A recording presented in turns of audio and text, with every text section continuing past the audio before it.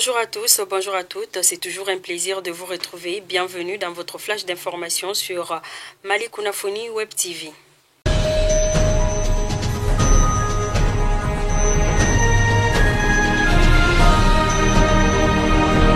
Suite aux sanctions économiques et financières prises par les chefs d'État des l'UEMOA et de la CEDEAO à l'encontre du Mali, l'Union nationale des chambres consulaires du Mali rassure la population malienne que le marché est suffisamment approvisionné de produits de première nécessité.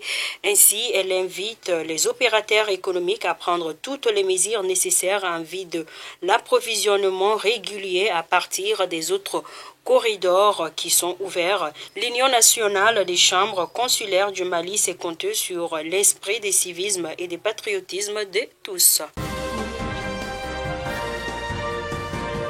Le ministre des Transports et des Infrastructures informe l'opinion publique de la fermeture effective des frontières terrestres et aériennes du Mali avec les États membres de la Communauté économique des États de l'Afrique de l'Ouest. En effet, le ministre signale que cette mesure est prise conformément aux instructions du gouvernement de la République du Mali en réponse aux sanctions prononcées contre notre pays par la CEDEAO et l'UEMOA à l'issue des sommets extraordinaires du 9 janvier 2022.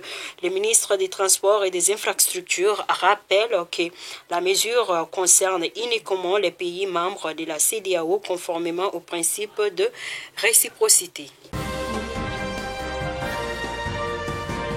Précision, les vols d'Air France à destination du Mali ne sont pas tous annulés.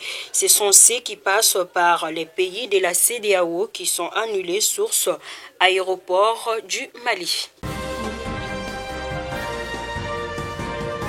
En vue de soutenir notre pays, dans un communiqué publié, le colonel Mamadi Doumbouya apporte son soutien à la République sœur du Mali et rappelle à l'opinion nationale et internationale que la Guinée n'est pas associée en aucune façon aux différentes décisions prises par la CEDEAO.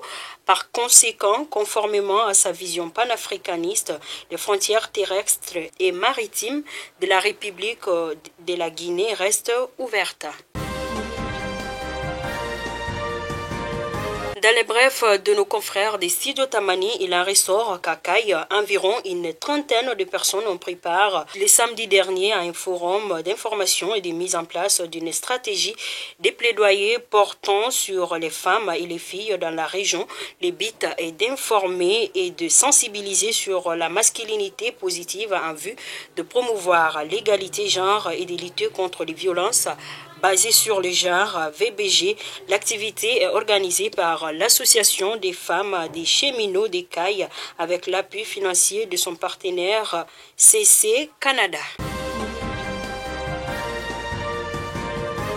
L'association féminine Ayena Anka Ben de Koulouba, Niro du Sahel, a organisé dimanche dernier une séance de formation sur les techniques de fabrication du savon à l'endroit de ses membres. L'activité entre dans le cadre de la mise en œuvre de ces activités génératrices de revenus.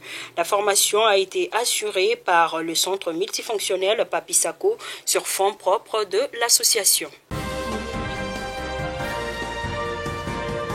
Soutenir les filles talibées des écoles coraniques de Bankas, c'est l'objectif d'une rencontre organisée vendredi et samedi dernier à Bankas. Cette initiative de Secours islamique France SIF a mobilisé les organisations des maîtres et élèves coraniques, les parents d'enfants et les autorités communales religieuses de Bankas. La session a permis d'identifier les problèmes spécifiques aux filles talibées dans les écoles coraniques. Il s'agit du mariage précoce et d'autres abus sexuels. Le but est de les accompagner pour une insertion socio-professionnelle. Fidèles abonnés de Mali Kunafoni de près ou de loin, c'est donc tout pour votre flash d'information. Nous vous donnons rendez-vous demain encore pour d'autres informations et nous vous remercions encore et encore pour votre fidélité. Bonne journée à vous et à demain. Merci.